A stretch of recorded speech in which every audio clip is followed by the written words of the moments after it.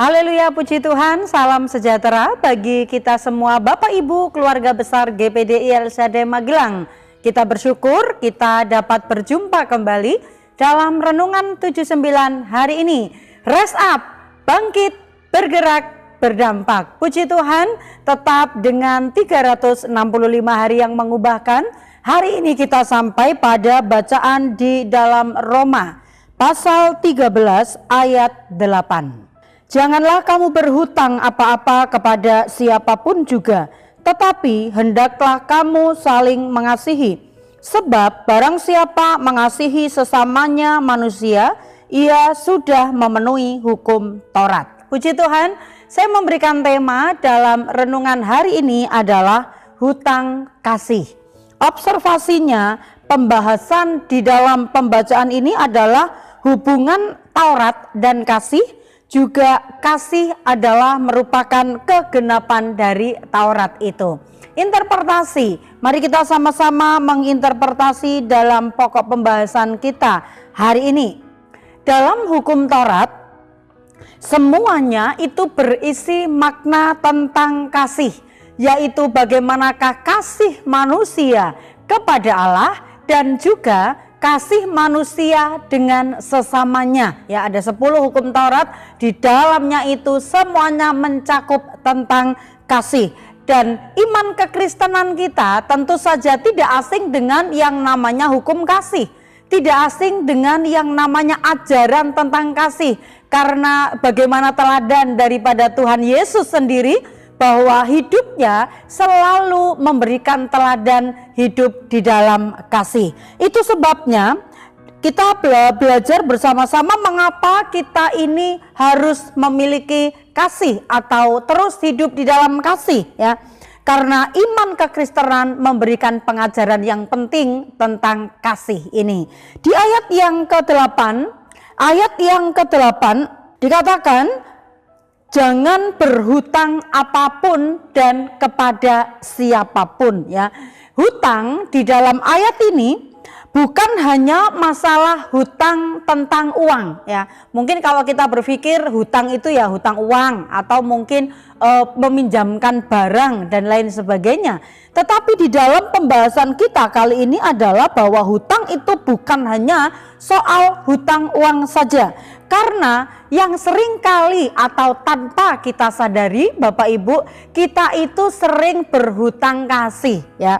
Berhutang kasih ini yang sering kali tidak kita sadari. Merasa tidak perlu orang lain atau sering mengabaikan orang lain sehingga tidak dapat mempraktekkan hidup di dalam kasih itu kepada kehidupan sehari-hari. Mari dalam pokok pembahasan kita hari ini, bahwa apa yang dimaksud dengan hutang kasih, ya, dalam perikop ini. Hutang kasih itu adalah jika, yang pertama saya catat, jika tidak mengasihi orang lain seperti diri sendiri.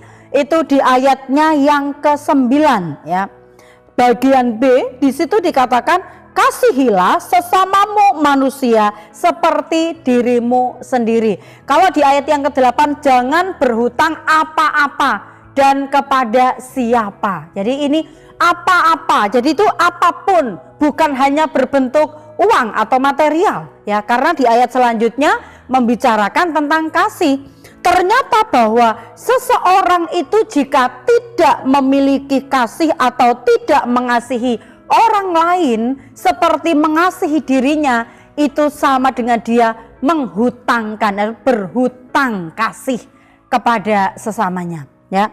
Kemudian yang kedua adalah hutang kasih itu jika kita berbuat jahat kepada orang lain, maka itu juga akan menjadi hutang kasih kepada orang lain. Di pemandangan Tuhan, kalau firman Tuhan dituliskan dan juga diajarkan, Tuhan menginginkan tentu saja supaya kita melakukannya, supaya kita memiliki kasih, memiliki hal yang baik kepada orang lain, ya. Berbuat jahat kepada orang lain ternyata itu menghutangkan, ya, berhutang berhutang kasih karena kita tidak melakukannya. Tidak punya kasih, mencelakakan sesama manusia, merugikan atau meremehkan orang lain, itu sama dengan kita berhutang kasih. Kenapa disebut berhutang? Karena sudah seharusnya kalau kita iman percaya orang Kristen harus atau wajib atau menjadi gaya hidup. Tetapi waktu kita tidak melakukannya, itu jadi hutang di pemandangannya Tuhan, ya. Di ayat yang ke-10 tadi dikatakan, kasih tidak berbuat jahat terhadap sesama manusia. Karena itu kasih adalah kegenapan hukum Taurat. Puji Tuhan, kita bersyukur bahwa bagaimanakah kita dapat mengaplikasikan kehidupan kita dalam kasih. Karena Yesus sudah memberikan teladan kepada kita. Yesus sudah memberikan contoh bagaimana kita ini harus memiliki kebiasaan, karakter, gaya hidup, yaitu hidup di dalam kasih. Jika tidak melakukan hal itu, maka sama dengan kita punya hutang kasih kepada sesama kita. Aplikasinya dalam kehidupan kita adalah hiduplah di dalam kasih. Dengan cara seperti apa? Kalau kita lihat di ayat selanjutnya, itu di ayat yang ke-12 ya, yaitu menanggalkan perbuatan gelap dan berganti dengan perbuatan terang. Misalnya seperti apa? Memberikan perhatian kepada sesama, juga dengan cara mendoakan, mendengar keluhan mereka, bisa membantu apa yang bisa kita bantu sesuai kemampuan kita apabila mereka membutuhkan bantuan kita. Kalau mereka sakit, kita bisa mendoakannya. Ketika mereka dalam masalah, kita bisa mendengarkan keluhan-keluhan atau curhatan-curhatannya, ya. Dengan demikian kita menguatkan.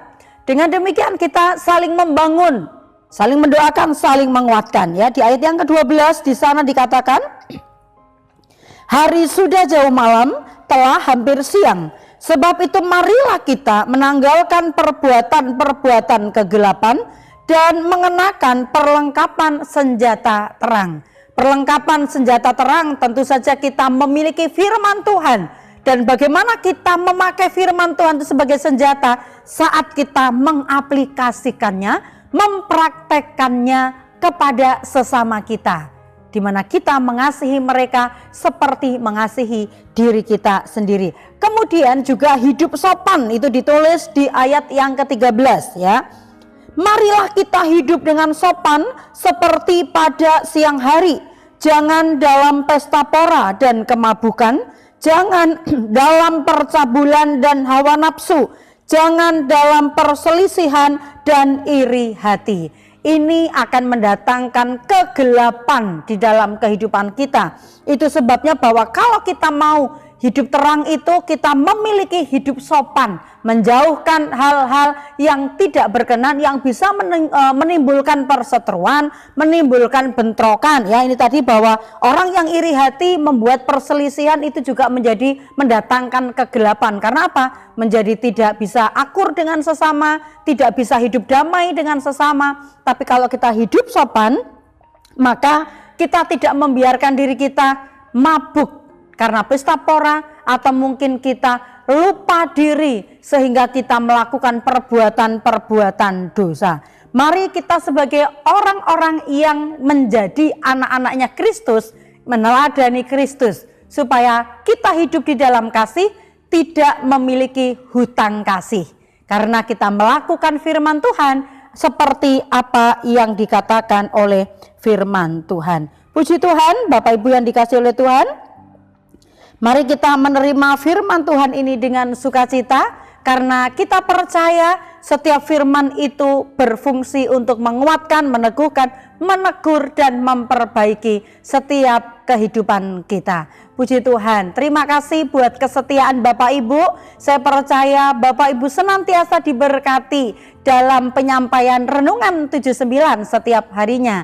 Dan apabila Bapak Ibu diberkati, ingin menyampaikan kesaksian atau pokok-pokok doa tertentu, Bapak Ibu dapat menyalurkannya melalui chat WhatsApp 0813 0742000088. Mari kita terus bertumbuh bersama, saling mendoakan, saling menguatkan sampai sempurna ketika menjelang kedatangan Tuhan Yesus kali yang kedua. Mari kita terima firman Tuhan ini, kita tundukkan kepala, kita berdoa.